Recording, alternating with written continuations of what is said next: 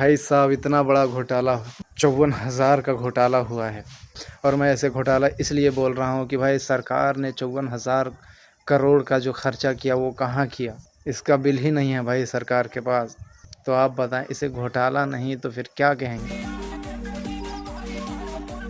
एक तरफ से इतना हेट्रेड फैला दिया आपने दूसरे धर्म के लिए कि आप ये करने पे मजबूर हो रहे हो, सामने नाच रहे हो, और दूसरी तरफ से आईपीएल और इलेक्शन में आपको गोदी मीडिया ने ऐसा बिजी रखा है कि सेंटर में जिनको हमने चुना उन्होंने हजारों करोड़ का घोटाला कर दिया और आपको इस बात की खबर ही नहीं है। ये सबसे नया घोटाला है, कभी आप कंफ्यूज हो रहे हो। Recent CAG financial audit report 24 से 25 की रिपोर्ट रिलीज हुई, जिसमें सरकार ने 54,000 करोड़ खर्च कर दिए। कहां?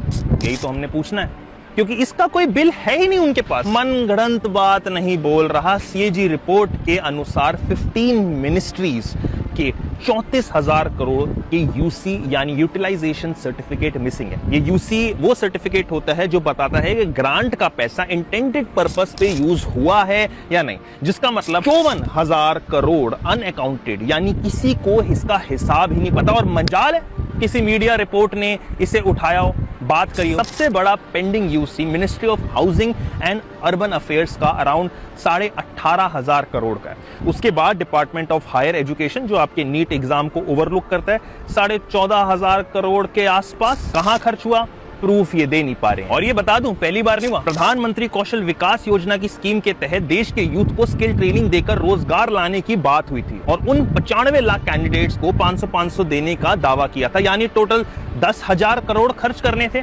अब यहां से बात और मजेदार होती है। CAG report, performance audit report number 25 और 2025 ने ये प्रधानमंत्री कौशल विकास योजना का ऑडिट किया।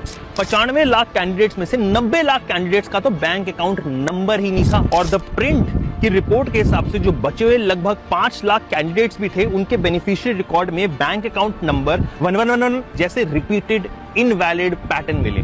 सेम फोटोग्राफ मल्टीपल बेनिफिशियरी के रिकॉर्ड में यूज हुई, और बाकी हजारों अकाउंट्स के तो बैंक अकाउंट नंबर ही रिपीट हो रहे थे। सोच के देखिए जनाब, जिस देश में आम आदमी का 500 रुपए का ट्रांजैक्शन भी ओटीपी, पैन कार्ड, आधार कार्ड से वेरीफाई होता है, उस देश में सरकारी गवर्नमेंट स्कीम्स के हजारों करोड़ों का डेटा बैंक अकाउंट ब्लैंक या इनवैलिड निकलता है। और मजाल है किसी प्राइम टाइम मीडिया ने ये बात आईपीएल और इलेक्शन के बीच नेशनल डिबेट बनाई हो। हम तो बनाते हैं, हमारी तो दिन भर दिन ये रीच घटाते जा रहे हैं। पहले कहां 4-4, 5-5 मिलियन व्यूज आ रहे थे, अब धीरे धीरे लाखों में आने लग गए हैं। और ऐसा बहुत से क्रिएटर के साथ हो रहा है जो सरकार के खिलाफ आवाज उठा रहे हैं, सवाल पूछ रहे हैं। आप सपोर्ट करिए, मुझे नहीं, उनको भी।